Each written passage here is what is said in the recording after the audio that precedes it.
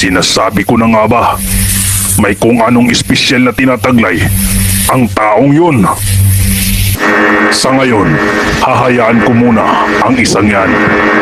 Pero nakakainis talaga ang pananggalang na yan. Dahil yan ang dahilan kung bakit hindi ko nagawang ubusin ang mga masasamang brayo noon. Mabuti na lang at nandyan ang Papa ni Gon. At nagawa niya kaagad ng paraan para iligtas si Hisoka. Ibang klase talaga ang Papa ni Gon. Tama nga ang sabi ni Bisky. Isa siya sa pinakamagaling gumamit ng Nen. Nangyari na naman. Nararamdaman ko ang nararamdaman ni Jing. Labis ang pag-aalala niya sa aming lahat. Lalong-lalo na sa aming dalawa ni Killua. Hindi kami papayag na magiging pabigat ng kami ni Killua.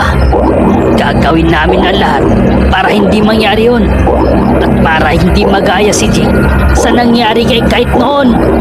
Yun ang hindi ko hahayaang mangyari kay Jing. Killua, ilalabas ko na ang lahat ng meron ako. Kaya maghanda ka na rin. Nakita mo naman kanina ang nangyari kay Hisoka, di ba? Anumang sandali ay tayo naman ang aatakihin niya. Sa tingin mo ba, kakayanin ng katawan nating ito kung tatamaan tayo ng simpleng atake niyang yon? Kaya huwag ka nang magpigil pa, Killua.